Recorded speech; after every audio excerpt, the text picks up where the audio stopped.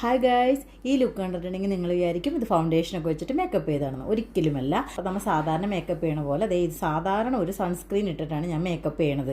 ഇത് കണ്ടല്ലോ, ഇത് ലാക്മേയുടെ സൺ എക്സ്പെർട്ട് ആണ്. അത് വെച്ചിട്ട് നമ്മൾ സാധാരണ ഇങ്ങനെയാണല്ലോ ചെയ്യണത്. അപ്പോൾ ഇതിന് ഇത്രയും ഒരു എഫക്റ്റ് ആ ഫേസിന് ഉണ്ടാക്കാൻ പറ്റുള്ളൂ. പക്ഷേ ലാക്മേയുടെ ടിൻറ്റഡ് സൺ എക്സ്പെർട്ട് ഇട്ടിട്ട് ഒന്ന് ട്രൈ ചെയ്ത് നോക്കിയേ. ശരിക്കും മേക്കപ്പ് ഇട്ട് ഫേസൊക്കെ ഒന്ന് കഴുകിയതിന് ശേഷം രണ്ടാമതാണ് ഇത് ഇടണത്.